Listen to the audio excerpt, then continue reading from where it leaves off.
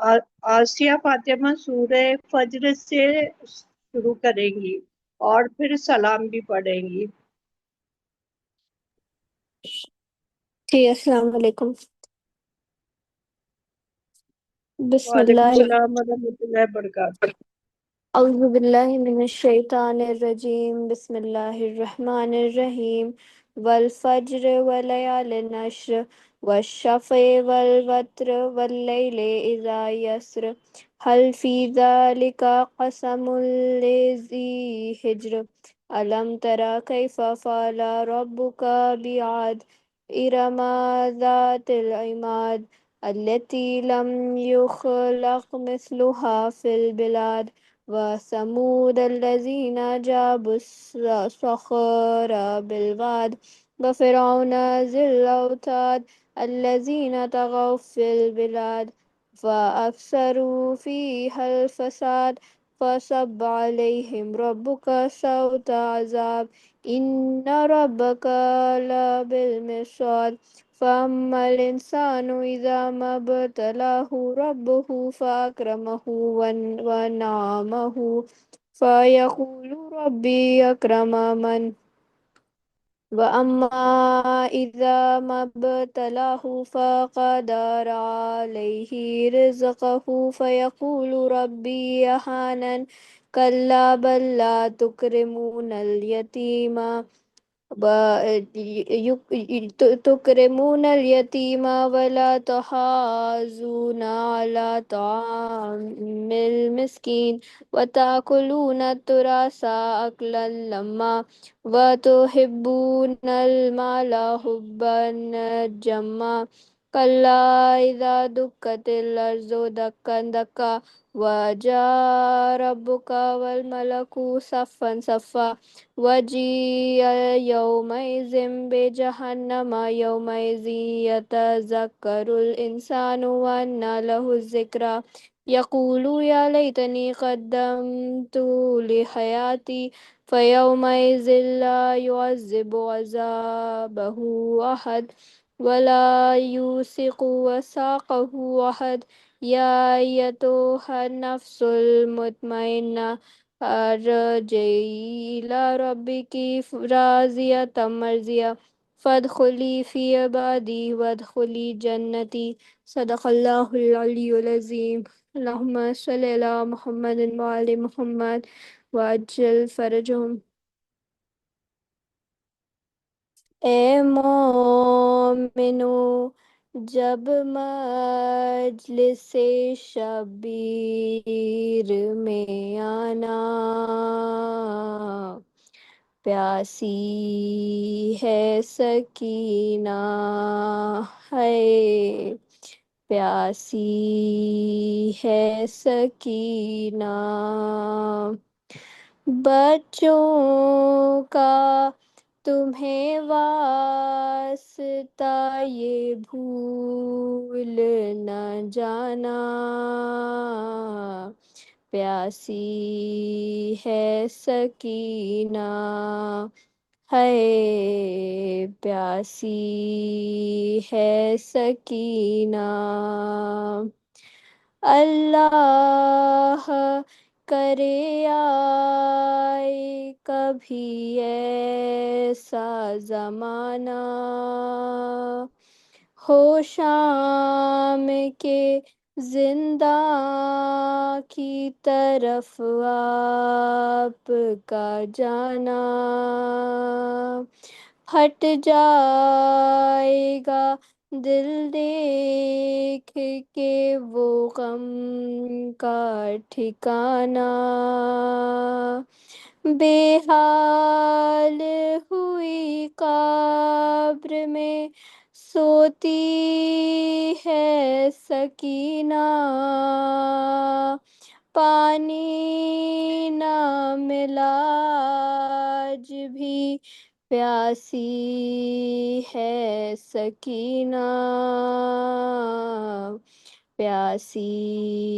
ہے سکینہ ہے، پیاسی ہے سکینہ۔ شام آ گئی جب چھانے لگا بن میں اندھیرا، زینب نے کیا بھائی کے لاشے پہ یہ نوحہ، کیا تم نے سکینہ کو کہیں دیکھا ہے بھیا؟ ایک کوزہ لیے دشت میں آئی ہے سکینہ، پانی نہ ملا آج بھی پیاسی ہے سکینہ، پیاسی ہے سکینہ، ہے پیاسی ہے سکینہ، آنسو ابھی بچے کے نہیں پائے تھے تھمنے، پھر مار دیا درہ کسی اہل ستم نے، سجاد کو ہر گام رلایا اسی غم نے، اس عمر میں یہ سختیاں سہتی ہے سکینہ، پانی نہ ملا آج بھی پیاسی ہے سکینہ، پیاسی ہے سکینہ، ہے پیاسی ہے سکینہ، یہ ظلم بھی کم سن پہ ستمگاروں نے ڈھایا، رکھا ہے اسے قید وہاں پر یکو تنہا، رہتا ہے جہاں دن میں قیامت کا اندھیرا، ڈر ڈر کے نہ مر جائے اکیلی ہے سکینہ، پانی نہ ملا آج بھی پیاسی ہے ابھی گئی ہے سکینہ، پیاسی ہے سکینہ، ہے پیاسی ہے سکینہ۔ ہاں بیٹا، جزاک اللہ آسیہ، بہت پردرد۔ اور اب میں خطابت کے لیے شبنم زیدی صاحبہ کو بلانا چاہوں گی۔ السلام علیکم ورحمۃ اللہ وعلیکم وبرکاتہ۔ السلام ورحمۃ اللہ وبرکاتہ۔ رحم اللہ من قرأ الفاتحہ۔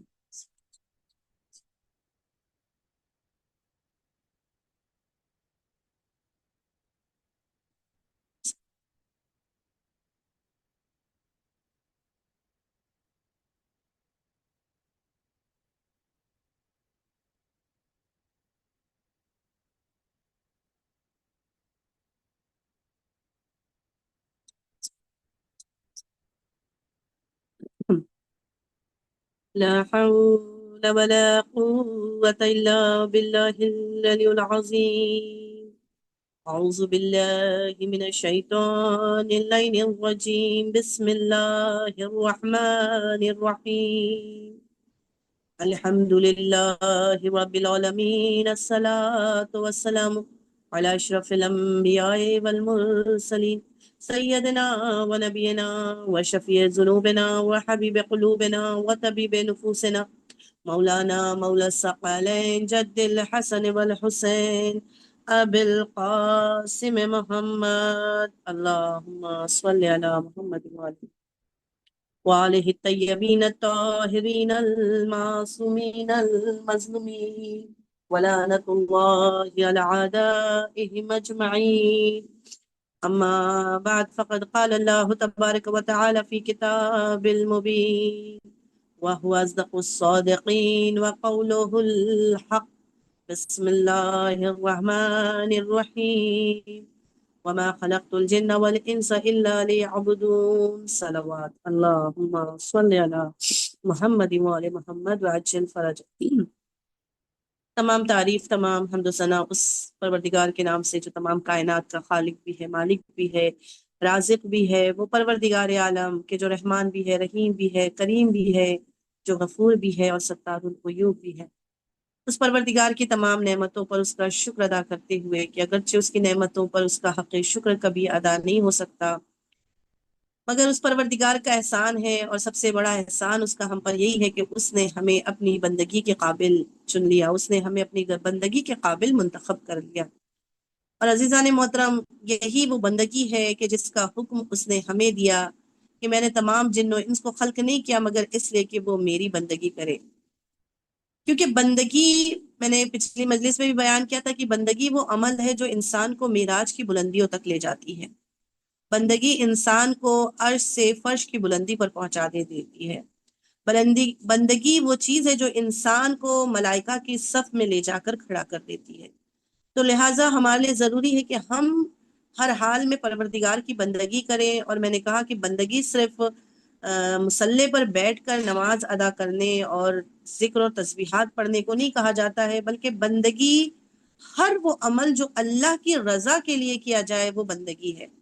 یعنی انسان اپنی زندگی کا ایک ایک لمحہ اگر اللہ کی رضا میں گزارے تو اس کی زندگی کا ایک ایک پل جو ہے وہ بندگی میں اور خدا کی عبادت میں، خدا کے ذکر میں گزرے گا. اس کا ایک ایک لمحہ جو ہے وہ عبادت الہی میں شمار ہوگا. لہٰذا ہمارے لیے ضروری ہے کہ ہم اپنی زندگی کے ہر لمحے کو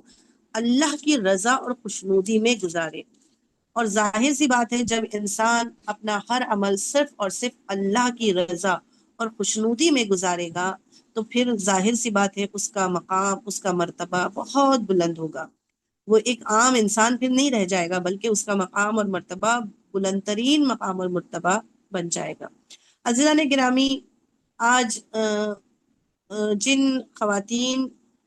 کا جو سلسلہ چل رہا ہے، آج جس خاتون کا ذکر مجھے آپ کے سامنے پیش کرنا ہے، آپ دیکھیے یہ وہ خاتون ہے جس نے اپنی ساری زندگی اللہ اور اس کے رسول کی خوشنودی میں گزاری، جس کی زندگی کا ہر لمحہ اللہ کی رضا میں گزرا. اور یہی وجہ ہے کہ آج اس بی بی کا مقام اور مرتبہ اتنا بلند ہے، اتنا بلند ہے کہ تاریخ جس کے نام کو جو ہے بڑے احترام سے لیتی ہے، اور بڑے احترام سے امت مسلمہ بھی جن کو یاد کرتی ہیں. اور وہ بی بی کوئی اور نہیں ہے بلکہ ان کا نام بی بی ام سلمہ ہے. کہ تمام اہل سنت اور اہل تشیع کی روایات میں بی بی ام سلمہ کو ایک بہت احترام کی نگاہ سے دیکھا گیا ہے، ان کا بڑا مقام اور مرتبہ بیان کیا گیا ہے. بی بی ام سلمہ کی تاریخ کے حوالے سے اگر دیکھا جائے تو آپ کا اصل نام جو ہے وہ ہند تھا. آپ کے والد کا نام ابی امیہ تھا اور آپ کی والدہ کا نام جو ہے وہ عاتقہ بیان کیا گیا ہے. اب یہاں پر اختلاف ہے عاتقہ نام سے کہ جناب عبد المطلب کی ایک بیٹی تھی، ان کا بھی نام عاتقہ تھا، تو لہٰذا یہاں روایت میں اختلاف ہے کہ یہ عاتقہ بن عبد المطلب کی بیٹی ہے یا عاتقہ بنت عامر کی بیٹی ہے. کہ جہاں پر جب تاریخ میں ہم نے مزید مطالعہ کیا تو پھر پتہ چلا کہ عاتقہ بنت عامر جو ہے ان کی والدہ تھی. ہجرت سے تقریباً 28 سال پہلے آپ کی ولادت ہوئی. آپ کو ام سلمہ جو کہا جاتا ہے یہ آپ کی کنیت ہے، اور یہ اس وجہ سے آپ کو ام سلمہ کہا گیا ہے کہ سلمہ جو ہے وہ دراصل ہمارے یہاں پر ابھی جو ہمارے دور میں آپ دیکھیں سلمہ زیادہ تر لڑکیوں کا نام رکھا جاتا ہے، لیکن دراصل ام سلمہ جو ہیں ان کو ام سلمہ اس لیے کہا جاتا تھا کہ سلمہ ان کے بیٹے کا نام تھا.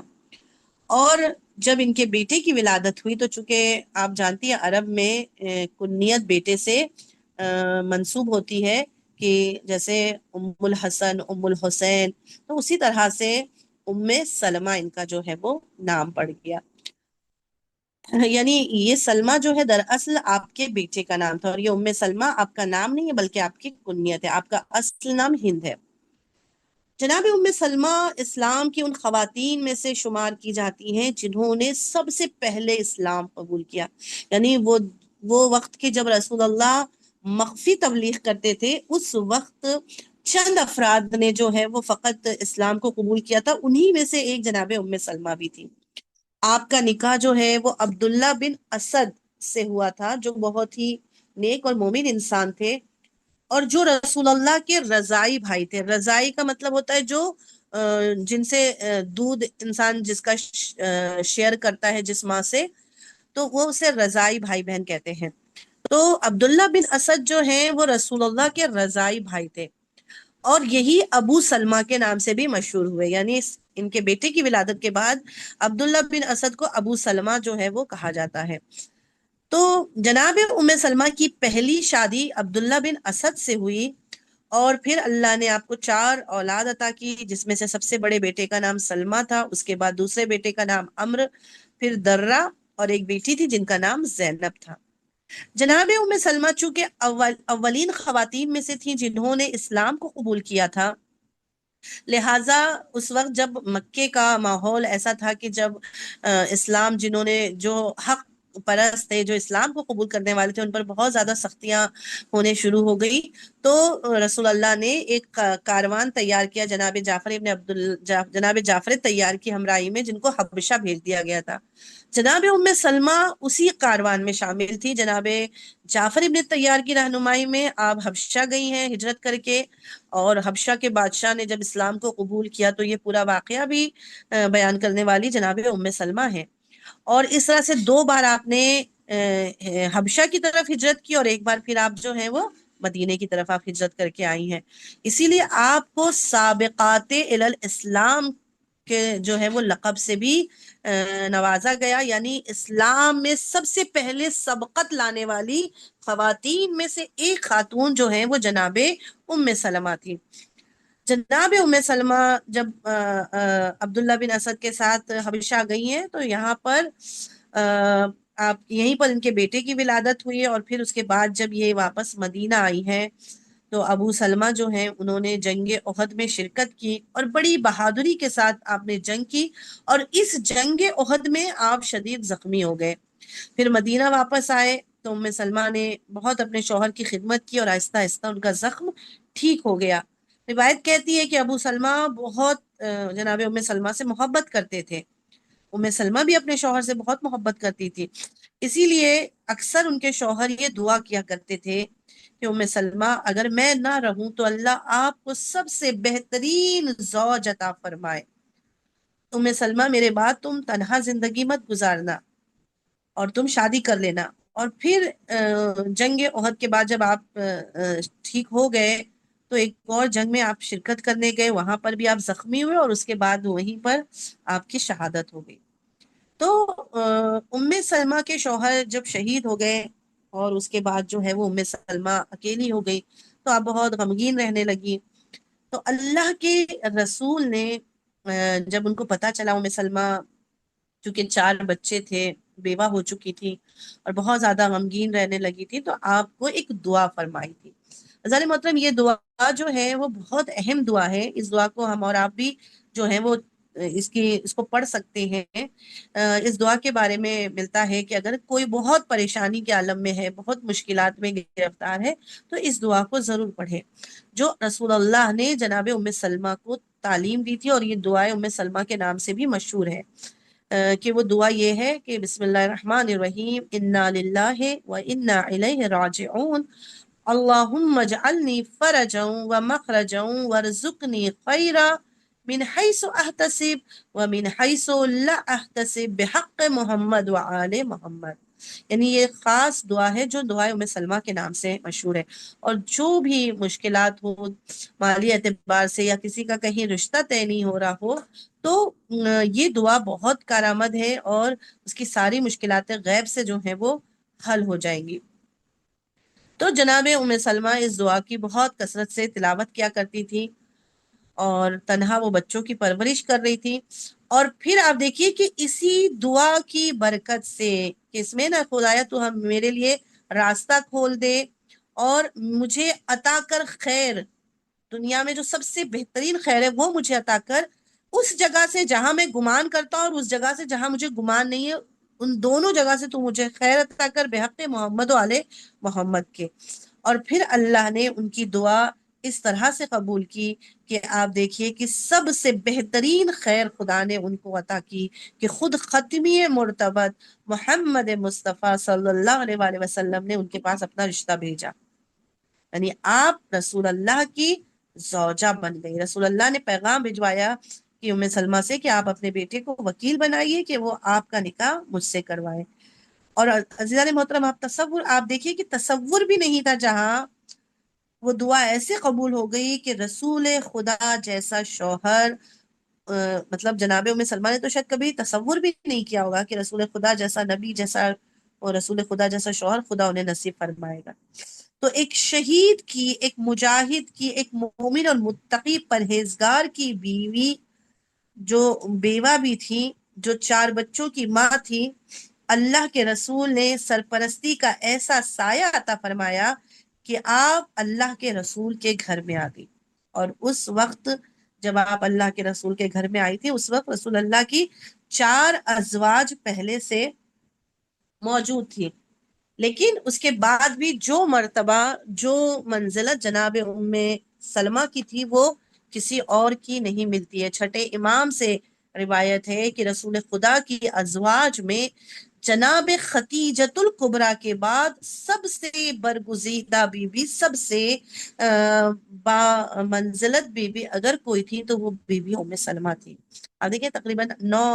ازواج یا بعض روایت میں 11 ازواج رسول اللہ کی ذکر ہوئے ہیں، لیکن ان میں سب سے عالی ترین مقام جناب خدیجہ کے بعد اگر کسی کا تھا تو وہ جناب ام سلمہ کا تھا. اور اتنا جناب ام سلمہ رسول اللہ کے جب گھر میں آئی ہیں تو گھر میں آنے کے بعد آپ دیکھیے کہ وہ رسول اللہ کے ساتھ کئی غزوات میں، کئی جنگوں میں انہوں نے شرکت کی ہے، جیسے جنگ خیبر میں، جنگ حدیبیہ میں، جنگ خندق میں، فتح مکہ اور جنگ حنین میں آپ نے رسول اللہ کے ساتھ شرکت کی ہے. خود اس کے علاوہ آپ دیکھیے جناب ام سلمہ جو ہیں وہ خاتون ہیں کہ جن کے بارے میں ملتا ہے کہ آپ ایک راویہ بھی تھی. آپ سے بہت ساری روایتیں نقل ہوئی ہیں، آپ سے بہت ساری احادیث پیغمبر نقل ہوئی ہے، کیونکہ آپ رسول اللہ کے ساتھ رہا کرتی تھی تو بہت ساری احادیث کو آپ نے نقل کیا ہے. بہت ساری معتبر ترین جو روایتیں ہمارے یہاں موجود ہیں وہ جناب ام سلمہ نے نقل کی ہیں، کہ جس میں سے سب سے بہترین اور سب سے معتبر ترین جو روایت ہے حدیث قصہ اور آیت تطہیر کا جو نزول ہے اس کی گواہ جناب ام سلمہ ہے. یعنی جناب ام سلمہ کے گھر میں جو ہیں وہ رسول اللہ، بعض روایت کہتی ہے کہ رسول اللہ جو ہے وہ حدیث قصہ کا جو واقعہ جو ہوا تھا وہ ام سلمہ کا گھر تھا. آیت تطہیر جب نازل ہوئی تھی جناب ام سلمہ کے گھر میں، کہ روایت ہے کہ جب رسول اللہ نے ذوق محسوس کیا اور اس چادر کے نیچے جا کر بیٹھ گئے، اور اس کے بعد پھر امام حسن آئے، پھر امام حسین آئے، پھر جناب علی، حضرت علی اور پھر جناب فاطمہ اس چادر کے نیچے داخل ہوئی، اور اس کے بعد پھر رسول اللہ نے فرمایا اللہم ان ہؤلاء اہل بیتی وخاصتی وعامتی. تو پروردگار عالم سے رسول اللہ نے کہا پروردگارہ یہ میرے اہل بیت ہیں، یہ میرے خاص ہیں، یہ میرے حامی ہیں. تو پھر اس کے بعد جو ہے رسول اللہ نے فرمایا کہ تو ان کے اوپر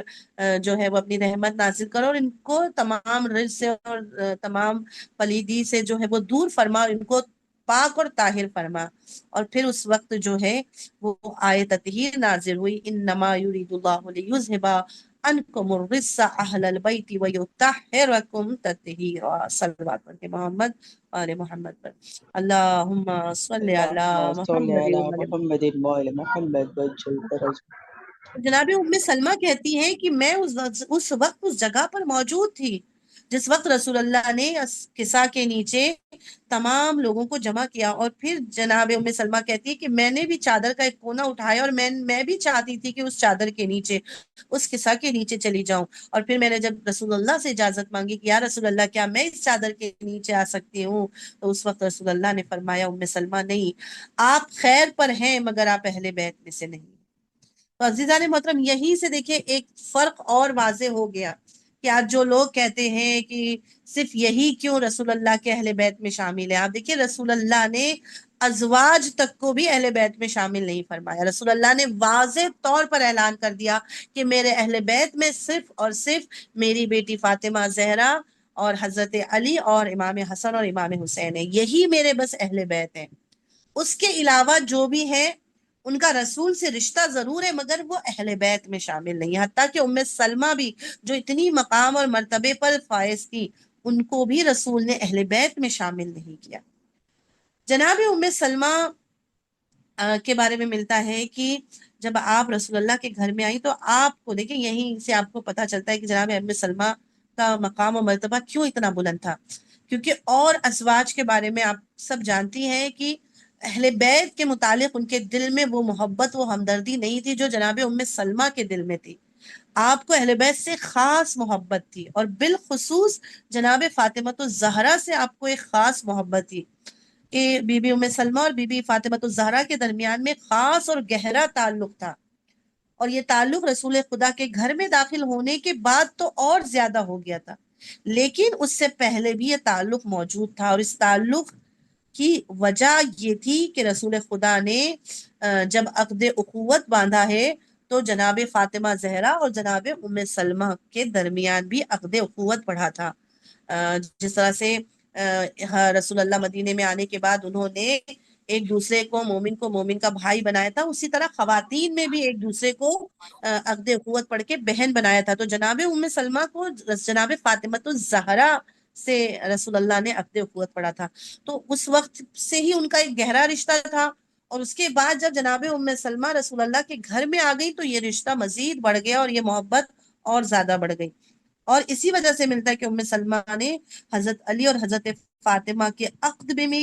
میں بھی جو ہے وہ ایک خاص کردار ادا کیا تھا۔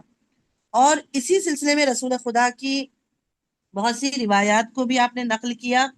اور حتیٰ کہ حضرت زہرا کی یہاں ولادت کے وقت میں بھی جو ہے وہی کہ آپ ہی موجود تھی، اور ایک روایت میں نے پڑھی کہ رسول خدا کے حکم سے امام حسن کے کانوں میں اذان اور اقامت بھی آپ نے دی تھی، اور واقع فدق میں بھی ام سلمہ نے حضرت زہرا کی حمایت کی اور خلیفہ اول کے خلاف جا کر گواہی دی، اور شاید اور روایت میں ملتا ہے کہ اسی وجہ سے آپ کا وظیفہ تک بیت المال سے روک دیا گیا تھا، لیکن آپ نے حق کا ساتھ دیا، اور اس وقت کے جب تمام ازواج پیغمبر جو ہیں یا تو وہ خاموش تھیں یا تو وہ جو ہیں وہ باطل کے ساتھ تھیں یا مقابل کے ساتھ تھیں، جناب ام سلمہ ہمیشہ اہل بیت کے ساتھ رہی، انہوں نے ہمیشہ اہل بیت کا ساتھ دیا، یہاں تک کہ جناب فاطمہ الزہرا جب بستر پر تھی اس وقت ام سلمہ تھی جو ان کی بار بار عیادت کو آتی تھی، آپ کی احوال گیری لیتی تھی، اور تمام ازواج میں دیکھیے یہ شرف بھی جناب ام سلمہ کو ہی ملا کہ جناب فاطمہ الزہرا کی تدفین میں بھی جناب ام سلمہ شریک تھی، اور آپ کو جناب فاطمہ زہرا کی قبر مبارک کی جو ہے وہ خبر تھی، یعنی تمام ازواج میں صرف جناب ام سلمہ تھی جن کو بی بی کی قبر کا بھی پتا تھا، کیونکہ آپ ان کے ساتھ شریک تھی، اور وہ اس وجہ سے کہ آپ کو اہل بیت سے خاص محبت تھی، آپ کو فاطمہ الزہرا سے خاص محبت تھی، اور صرف فاطمہ الزہرا سے نہیں بلکہ آپ کو خود مولا کائنات سے بھی بہت محبت تھی، لہٰذا رحلت رسول کے بعد آپ دیکھیے کہ جب مدینہ جو ہے وہ مدینے کے لوگ علی کے خلاف ہو گئے تھے، اس وقت نہایت شجاعت اور بصیرت کے ساتھ ولایت علی کی حمایت کرنے والی جناب ام سلمہ تھیں، جنہوں نے اپنی پوری زندگی اہل بیت کی وفاداری میں گزاری، کہ آپ نے حدیث حق علی مع الحق والحق مع علی، یا حدیث من کنت مولا ہو فحاز علی مولا، اور اس جیسی تمام روایتیں ام سلمہ نے کھلے انداز میں بیان کی، اور علی کی خلافت بلا فصل ہونے کی گواہی دی کہ رسول اللہ کے اصل جانشین علی مرتضیٰ ہیں۔ اور رسول کی وفات کے بعد جب امت میں انتشار اور خلافت پر نزاع پیدا ہوا تو ام سلمہ نے مسلسل امام علی کے حق کو لوگوں کو یاد دلایا،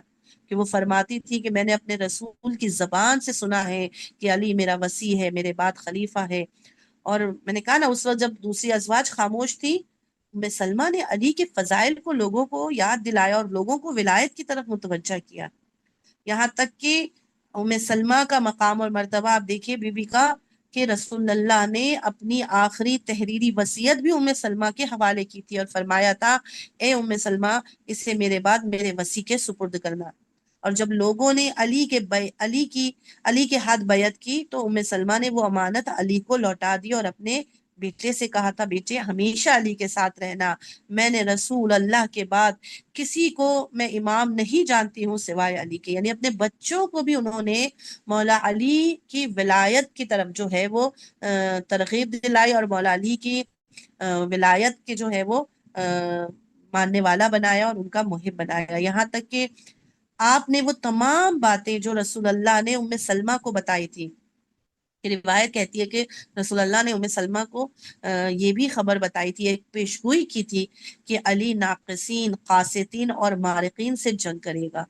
یعنی جنگ جمل، جنگ صفین اور جنگ نہروان کی خبر رسول اللہ نے اپنی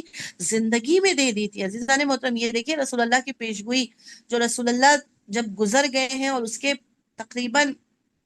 30 سے 35 سال بعد یہ جنگ وجود میں آئی ہے، رسول اللہ نے 30-35 سال پہلے ان جنگوں کی پیشگوئی کر دی تھی کہ علی ناقصین، قاسطین اور مارقین سے جنگ کرے گا۔ اور ام سلمہ اس وقت جب علی خلافت پہ تھے، ام سلمہ نے لوگوں کو یہ تمام روایت بتائی تاکہ علی کی جنگوں کی جو نبی نے پیشگوئی کی ہے اس کے مطابق وہ یہ ثابت کر سکیں کہ حق علی کے ساتھ ہے، علی حق پر ہے۔ تو وہ علی کے حق کو ثابت کرنے کے لیے انہوں نے جو کچھ ان سے ہو سکتا تھا انہوں نے کیا، یہاں تک کہ جب عائشہ اور طلحہ اور زبیر نے بغاوت کی تو ام سلمہ نے لوگوں کو جا کر خبردار کیا کہ اے لوگوں علی کی پیروی کرو، علی کے خلاف مت کھڑے ہو، خدا کی قسم تمہارے زمانے میں ان سے بہتر کوئی نہیں ہے۔ اور پھر عائشہ نے جب ام سلمہ کو بھی اپنے ساتھ ملانے کی کوشش کی، مگر ام سلمہ نے انہیں بھی وصیت رسول یاد دلائی اور عائشہ کو کہا کہ اپنے گھر سے باہر نہ نکلو۔ وہ اور اس کے بعد جب عائشہ نے ان کی بات کو قبول نہیں کیا تو پھر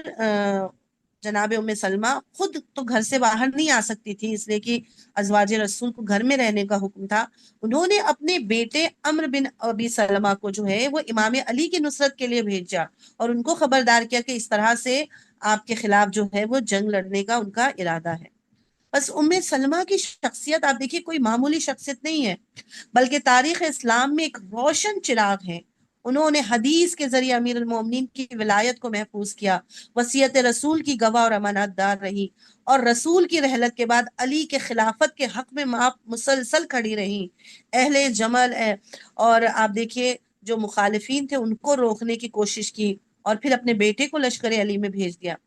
لہٰذا یہ کہنا غلط نہیں ہوگا کہ ام سلمہ وہ واحد زوجہ رسول ہیں جنہوں نے پوری زندگی علی اور اہل بیت کی ولایت کی حمایت میں گزار دی، اور یہی ان کی سب سے بڑی فضیلت ہے جناب ام سلمہ کی، کہ تمام ازواج رسول میں آپ کا جو مقام اور مرتبہ ہے وہ سب سے بلند ترین مقام اور مرتبہ ہے۔ اذان محترم یہاں پر اب ایک اور سوال ہو سکتا ہے ہمارے ذہنوں میں آئے، جناب ام سلمہ کا جب اتنا بڑا مقام اور مرتبہ ہے تو پھر جب امام حسین علیہ السلام مدینے سے، تو اذان محترم دیکھیں اس کی سب سے بڑی وجہ یہ ہے کہ اس کے پیچھے بھی ایک بہت بڑی حکمت ہے، اور وہ حکمت یہی تھی کہ رسول کی ازواج میں سے وہ ایک زوجہ جنہوں نے گھر سے نکل کر قرآن کے خلاف میدان جنگ میں آ کر جنگ کی اور مسلمانوں کو لڑوایا، جبکہ قرآن نے واضح طور پر اعلان کر دیا تھا وَقَرْنَ فِي بُيُوتِكُنَّ کہ تمام ازواج نبی کے لیے ضروری کہ وہ اپنے گھر میں رہیں۔ تو جب ایک خاتون اپنے گھر سے نکلی اور میدان جنگ میں آئی اور ایک مسلمان کے گروہ کے ساتھ وہ مقابل میں مسلمانوں کے مقابل میں کھڑی رہی، تو اس واقعے کے بعد سب کو اس بات کا احساس تھا، ان تمام ازواج پیغمبر کو، جتنی بھی ازواج نبی تھی، ان کو احساس تھا کہ ہم کو گھر سے نہیں نکلنا ہے، چاہے نہ ہی شادی کرنی ہے نہ ہی گھر سے نکلنا ہے۔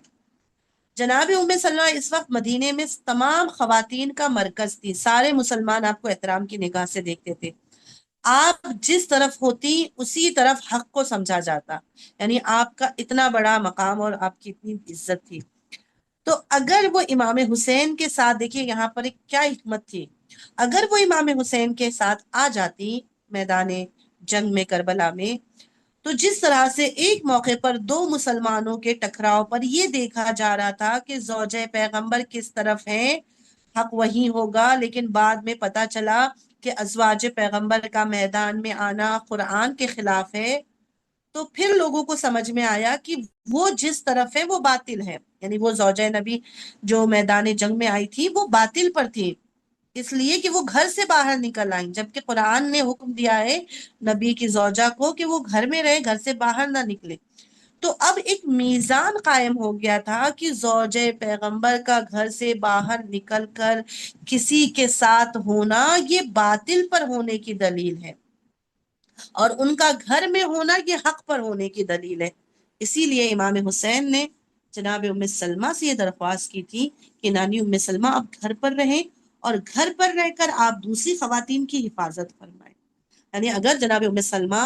امام حسین کے ساتھ میدان جنگ میں آتی تو امام حسین کا جو اصل مقصد تھا قیام کا کہ قرآن کے حکم کو بچایا جائے، جناب ام سلمہ کو گھر میں روک کر یہ حکم محفوظ رہتا، اور اگر ام سلمہ گھر سے باہر آ جاتی تو پھر معاذ اللہ قرآن کی بھی مخالفت ہوتی، اور پھر پورا امام حسین کا جو مشن ہے وہ زیر سوال آ جاتا۔ اسی لیے امام نے جناب ام سلمہ کو گھر میں روک کر رکھا اور ساری امت کو یہ پیغام دیا کہ حسین نہ صرف یہ کہ قرآن مجید کے احکام پر عمل پیرا ہے، بلکہ قرآن کی حفاظت بھی کرنے والے ہیں۔ اور جناب ام سلمہ کی آپ دیکھیے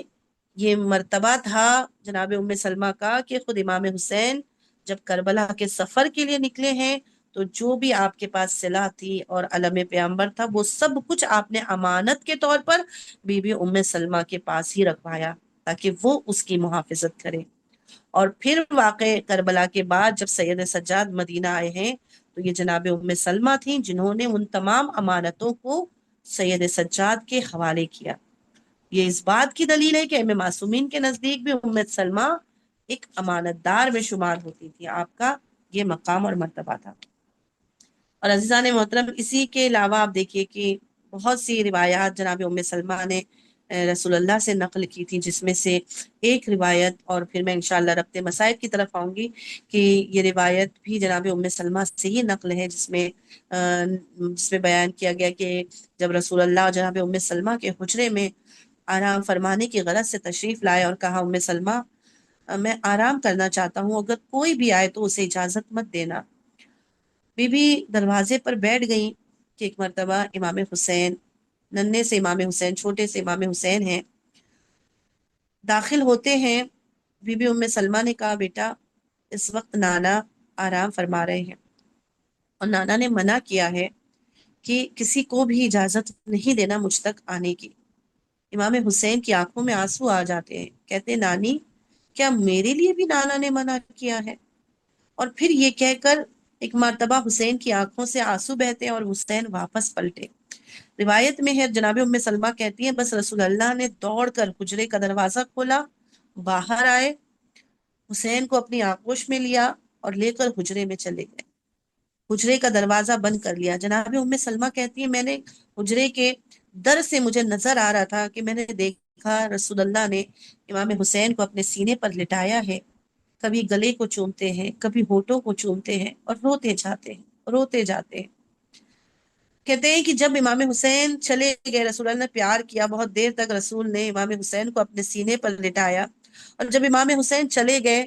اور اس کے بعد بی بی ام سلمہ نے آ کر ایک مرتبہ رسول اللہ سے کہا یا رسول اللہ میں نے اس سے پہلے نہیں دیکھا کہ آپ اس طرح سے بے قرار تھے، یا اس طرح سے میں نے نہیں دیکھا کہ آپ جس طرح سے اس وقت امام حسین، آپ حسین کے گلے کے بوسے لے رہے تھے، آپ حسین کے ہونٹوں کے بوسے لے رہے تھے، آپ حسین کے بازوؤں کے بوسے لے رہے تھے، اور مسلسل گریا کرتے جا رہے تھے، اس کی وجہ کیا ہے؟ تو رسول اللہ ایک مرتبہ پھر زار و قطار رونے لگتے ہیں اور کہتے ہیں ام سلمہ، ابھی جبرائیل نے آ کر مجھے خبر دی تھی کہ میرے حسین کو کربلا میں 3 دن کا بھوکا پیاسا ذبح کر دیا جائے،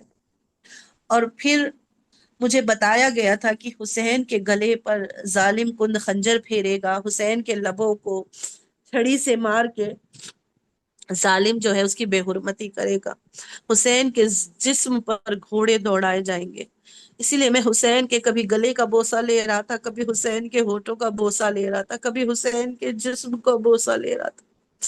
اور پھر اس کے بعد رسول اللہ نے وہ خاک دکھائی جو جبرائیل نے لا کر رسول اللہ کو دی تھی، کہا ام سلمہ یہ وہ خاک ہے جسے خاک کربلا کہا جاتا ہے، یہ خاک تم اپنے پاس رکھو، اور ام سلمہ دیکھنا جس دن یہ خاک خون میں تبدیل ہو جائے بس سمجھ لینا اس دن امت نے میرے حسین کو بے جرم و خطا شہید کر دیا ہے۔ عزیزان محترم، یہی وجہ ہے کہ جناب ام سلمہ کو ایک خاص محبت تھی امام حسین سے، اور جب امام حسین عازم سفر ہوئے ہیں نا مدینے سے،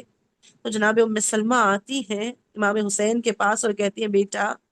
جہاں بھی جانا ہو چلے جائیے مگر عراق نہ جائیے گا، کیونکہ میں نے رسول اللہ کی زبانی جو سنا ہے میں وہ اسے برداشت نہیں کر سکتی ہوں۔ تو اس وقت امام حسین نے فرمایا نانی ام سلمہ جو طے ہو چکا ہے وہ ہو کر رہے گا، نانی میں کہیں بھی جا کر پوشیدہ ہو جاؤں تو یہ بنی امیہ مجھے قتل کر دے گی۔ پھر امام نے ام سلمہ کو، دیکھیے جناب ام سلمہ کا کیا مقام ہے، امام نے جناب ام سلمہ کو اس وقت کربلا کی زیارت کروائی۔ امام نے کہا نانی کیا آپ اس زمین کی زیارت کرنا چاہیں گی جہاں ہمارا خون بہایا جائے گا؟ اور پھر امام نے اپنی 2 انگلیوں کا اشارہ کیا اور کہا نانی اس 2 انگلیوں کے بیچ میں ذرا غور سے دیکھیے کیا نظر آتا ہے۔ اب جو ام سلمہ نے غور سے دیکھا تو کربلا کا صحرا نظر آیا کہ جہاں پر حسین کے ہاتھوں پر ایک 6 ماہ کے بچے کا لاشا ہے، حسین کے ہاتھوں پر علی اصغر کا لاشا ہے۔ جناب ام سلمہ تڑپ گئی، بیٹا یہ کیسا منظر ہے؟ اور اس وقت جناب امام حسین نے فرمایا نانی، ہاتھ بڑھا کر سرزمین کربلا کی اس مٹی کو اٹھا کر جناب ام سلمہ کو دیا، کہا نانی یہ مٹی سے بھی اس مٹی کے ساتھ رکھیے اور دیکھیے جس دن یہ خاک خون میں تبدیل ہو جائے گی سمجھ لیجئے آپ کا حسین مارا گیا۔ ہاں عزیزان محترم، یہ جناب ام سلمہ ہیں جن کا یہ مقام اور مرتبہ ہے کہ جس ام سلمہ پر رسول کو اعتماد تھا، جس ام سلمہ پر جناب امام حسین کو اعتماد تھا کہ اپنی بیٹی فاطمہ صغرا کی بھی سرپرستی جناب ام سلمہ کے سپرد حسین نے کی تھی۔ بس میں مصائب کی منزل پر آنا چاہتی ہوں، آج اسی رسول کی شہادت کا دن ہے، آذان محترم آج زہرا کی یتیمی کا دن ہے، اجرکم اللہ۔ آج سیدہ کے لیے بہت سخت دن تھا، یتیمی بہت بڑا صدمہ ہے، خدا کسی کو داغ یتیمی نہ دکھائے، اجرکم اللہ زادارو، بہت بڑی داغ یتیمی بہت بڑا صدمہ ہے۔ روایتیں کہتی ہیں رسول اللہ جو اپنی بیٹی سے بے پناہ محبت کرتے تھے، جنہوں نے بار بار امت کو کہا فاطمہ بزت منی، اے لوگوں دیکھ لو یہ فاطمہ میرا ٹکڑا ہے، کبھی در فاطمہ پہ آ کر کہتے السلام علیک یا معدن الرسالہ، بار بار آ کر دنیا کو لوگوں کو دکھایا کہ یہ وہ در ہے جہاں پر نبی آ کر سلامی کرتے تھے۔ حاضر دارو، اسی فاطمہ کے اوپر امت نے کیا ظلم ڈھایا۔ روایت کہتی ہے رسول کا آخری وقت تھا، فاطمہ زہرا کے زانوں پر رسول کا سر ہے، بیٹی باپ کے چہرے کو دیکھ رہی ہے کہ اچانک کسی نے دروازے پر دستک دی، بی بی نے کہا آنے والے واپس ہو جا، میرے بابا آرام فرما رہے ہیں۔ تھوڑی دیر گزری، پھر دستک ہوئی، پھر بی بی نے کہا آنے والے جو بھی ہے واپس چلے جاؤ، میرے بابا اس وقت آرام کر رہے ہیں۔ پھر تھوڑی دیر بعد تیسری مرتبہ دستک ہوئی، اب جو دستک ہوئی تو تھوڑی تیز سے دستک ہوئی، بس جیسی وہ دستک بی بی نے سنی، بی بی کی آنکھوں سے آنسو کے قطرے جاری ہوئے۔ رسول کے چہرے پر جب آنسو کا قطرہ گرا، رسول اللہ نے آنکھیں کو کھولا، دیکھا فاطمہ زاروں قطار رو رہی ہے۔ رسول اللہ تڑپ گئے، میری لال ابھی تیرا بابا زندہ ہے، اے میری بیٹی رونے کا کیا سبب ہے؟ ایک مرتبہ جناب فاطمہ الزہرا نے کہا بابا کوئی دروازے پر ہے، بار بار دستک دے رہا ہے، بابا میں نے 2 بار منع کیا واپس چلے جاؤ مگر وہ جاتا نہیں ہے، وہ بار بار دستک دے رہا ہے۔ ایک مرتبہ رسول اللہ نے فرمایا بیٹی اس آنے والے کو اجازت دے دے، اے فاطمہ یہ وہ ہے کہ جو کسی در پر اجازت مانگ کر نہیں آتا، اے فاطمہ یہ تیرے در کا شرف ہے کہ ملک الموت تیرے دروازے پر بھی آ کر اجازت طلب کر رہا ہے، اے بی بی یہ دستک دینے والا کوئی اور نہیں، یہ ملک الموت ہے۔ آزاداروں ہاتھوں کو جوڑ کر کہوں گی یا رسول اللہ، جس در کا شرف اتنا ہو، جس در کا احترام اتنا ہو کہ ملک الموت بھی جس دروازے پر بنا اجازت کے داخل نہ ہو، آئے اسی در پر امت بنا اجازت کے کیسے داخل ہو گئی؟ اسی دروازے کو امت نے جلا دیا۔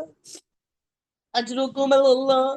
اور صرف دروازہ نہیں جلایا گیا بلکہ جلتا ہوا دروازہ خود فاطمہ الزہرا پر گرایا گیا۔ ارے جلتا ہوا دروازہ فاطمہ پہ گرا، پسلیاں ٹوٹی، پہلو شکستہ ہوا۔ ارے فاطمہ زہرا ارے اس جلتے ہوئے دروازے کے بیچ میں اس طرح سے پس گئی کا جیسے چکی کے 2 پارٹوں میں دانا پستا ہے، زہرا جلتے ہوئے در و دیوار کے بیچ میں ہے۔ اجرکم اللہ۔ ارباب اعضاء روایتیں کہتی ہیں کہ رسول اللہ کی رحلت ہو گئی، 3 دن تک جنازہ رو کے رکھا گیا کہ امت آئے رسول کو غسل اور کفن دے، رسول کا جنازہ اٹھے، مگر عزاداروں امت اس وقت سقیفہ میں خلیفہ کو انتخاب کرنے میں لگی تھی۔ 3 دن کے بعد علی مرتضیٰ نے رسول کو غسل اور کفن دیا، رسول کا جنازہ اٹھا، کائنات کے نبی کا جنازہ چند لوگوں کی ہمراہی میں اٹھا ہے، ارباب اعضاء غربت کے عالم میں اٹھا ہے، مگر میں کہوں گی یا رسول اللہ ارے آپ کا جنازہ غربت کے عالم میں ہی اٹھا مگر اٹھا تو صحیح، یا رسول اللہ آپ کے جنازے کو آپ کو غسل اور کفن تو دیا گیا مگر سلام ہو آپ کے نوازے حسین پر، جسے نہ غسل و کفن دیا گیا نہ جس کا کوئی جنازہ اٹھانے والا تھا۔ آزاداروں 3 دن تک حسین کا جنازہ جلتی زمین پر بے غسل و کفن پڑا رہا۔ اجرکم اللہ۔ ارباب اعضاء کہتے ہیں کہ جب کوئی باپ مر جائے اور کوئی بیٹی یتیم ہو جائے تو لوگ اسے پرسہ دینے آتے ہیں، لوگ اسے دلاسا دیتے ہیں، لوگ اس کے سر پر شفقت کا ہاتھ پھیرتے ہیں۔ ارباب اعضاء 2 بیٹیاں ایسی تھیں جن کو یتیمی کا پرسہ اس طرح سے نہیں دیا گیا، اور ایک نبی کی بیٹی، ایک حسین کی بیٹی، نبی کی بیٹی کو پرسہ دیا گیا، دروازہ جلا کر، جلتا ہوا دروازہ گرا کر، ارے فاطمہ کو تماچا لگا کر پرسہ دیا گیا، فاطمہ کے محسن کو شہید کر کے پرسہ دیا گیا کہ فاطمہ نے اپنا مرثیہ خود پڑھا، سبت علیہ مصائب والنہار، سبت علیہ سرنا علیہ۔ اے بابا آپ کے بعد اتنی مصیبت فاطمہ پر پڑی، اگر دنوں پر پڑتی تو رات کی تاریکی میں تبدیل ہو جاتے، اور دوسری بیٹی جسے یتیمی کا پرسہ ارے اس طرح سے نہیں دیا گیا، وہ حسین کی بیٹی 4 سال کی سکینہ جسے باپ کی یتیمی کے بدلے تماچے لگا کے پرسہ دیا گیا، تازیانے لگا لگا کے پرسہ دیا گیا۔ الا لعنت اللہ علی القوم الظالمین، انا للہ و انا الیہ راجعون، رضا بقضائہ تسلیما لامرہ۔ ماتم حسین۔ حسین حسین حسین حسین حسین حسین حسین حسین حسین حسین حسین حسین حسین حسین حسین حسین روک سا جہاں سے بادشاہ دو جہاں ہوئے، رخصت جہاں سے بادشاہ دو جہاں ہوئے، آثار حشر سارے جہاں میں آیا ہوئے، رخصت جہاں میں رخصت جہاں سے بادشاہ دو جہاں ہوئے، زہرا پچھاڑے کھاتی ہیں، حیدر ہیں بے قرار، زہرا پچھاڑے کھاتی ہیں، حیدر ہیں بے قرار، سبتین سر کو پیٹ کے نوحہ کنا ہوئے، رخصت جہاں سے بادشاہ دو جہاں ہوئے، منہ پیٹتا ہے کوئی کوئی سی نہ کوئی سر، منہ پیٹتا ہے کوئی کوئی سی نہ کوئی سر، منوں میں یوں مدینے میں پیرو جہاں ہوئے، رخصت جہاں سے بادشاہ دو جہاں ہوئے، عمار بے حواس ابو ذر ہیں بے قرار، عمار بے حواس ابو ذر ہیں بے قرار، آنکھوں سے ان کے اشکوں کے دریا رواں ہوئے، رخصت جہاں میں بادشاہ دو جہاں ہوئے،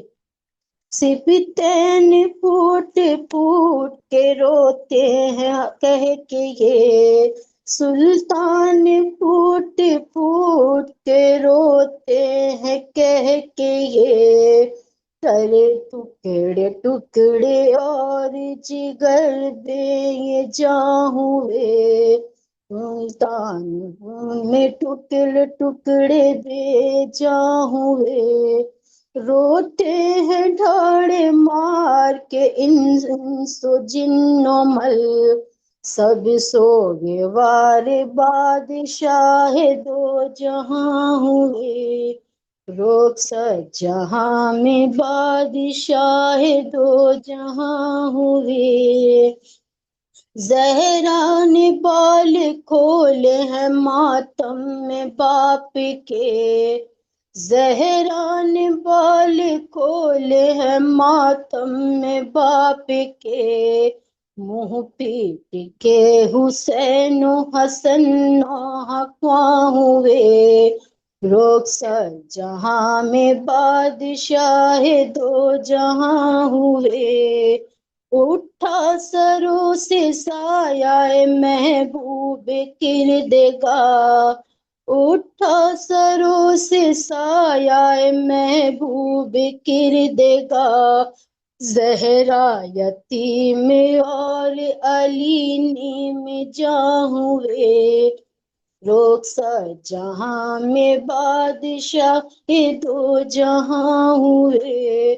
سبتین پوچھتے ہیں یہ رو رو کے بار بار، سبتین پوچھتے ہیں یہ رو رو کے بار بار، اماں بتاؤ نانا روانہ کہاں ہوئے، اماں بتاؤ نانا روانہ کہاں ہوئے، رخصت جہاں سے بادشاہ دو جہاں ہوئے، یا حسین یا حسین یا حسین یا حسین حسین یا حسین یا یا حسین حسین یا یا حسین یا حسین حسین حسین یا حسین یا یا حسین حسین بسم اللہ الرحمن الرحیم، السلام علیکم یا ابا عبداللہ، السلام علیکم یا ابن رسول اللہ، السلام علیکم ورحمۃ اللہ وبرکاتہ۔ زیارت پڑھتی ہوں میں حضرت رسول خدا صلی اللہ علیہ وسلم کی، تمام مومنین اور تمام مرحومین کی طرف سے دور سے بدل نزدیک قربت اللہ۔ بسم اللہ الرحمن الرحیم، السلام علیکہ یا رسول اللہ ورحمۃ اللہ وبرکاتہ. السلام علیکہ یا محمد ابن عبداللہ. السلام علیکہ یا خیرت اللہ. السلام علیکہ یا حبیب اللہ. السلام علیکہ یا صفت اللہ. السلام علیکہ یا امین اللہ. اشہد انک رسول اللہ واشہد انک محمد ابن عبداللہ واشہد انک قد نصحت لأمتک وجاہدت فی سبیل ربک وبته حتى أتاك اليقين فجازك الله يا رسول الله أفضل ما جزا نبيا عن أمته. اللهم صل على محمد وعلى محمد كأفضل ما صليت على إبراهيم وعلى إبراهيم إنك حميد مجيد. اللهم صل على محمد وعلى محمد وعجل فرجهم. زیارت پڑھتی ہوں میں حضرت امام حسن علیہ السلام کی قربت اللہ. بسم اللہ الرحمن الرحیم. السلام علیکہ یا بقیت المؤمنین وابن اول المسلمین وکیف لا تکون کذالک وانت سبیل الہدى وحلیف التقى واصحاب الکساء غزتک ید الرحمت وربعت فی حجر الاسلام ورزعت من صدع الإيمان فتبتا حيا وتبتا ميتا غير أن النفوس غير طيبة بفراقك ولا شاكة في الحياة لك يا أرحمك الله. بسم اللہ الرحمن الرحیم. السلام علیکم یا غریب الغرباء. السلام علیکم یا معین الضعفاء والفقراء. السلام علیکم یا شمس الشموس. السلام علیکم یا انیس النفوس. السلام علیکم یا ایھا المنبع الزیتوس. السلام علیکم یا مغث الشیعۃ والزبار فی یوم الجزاء. السلام علیکم یا سلطان العجم. السلام علیکم یا ابا الحسن یا علی بن موسی الرضا رحمۃ اللہ وبرکاتہ. بسم اللہ الرحمن الرحیم. السلام علیکم یا صاحب العصر والزمان علمان علمان علمان. السلام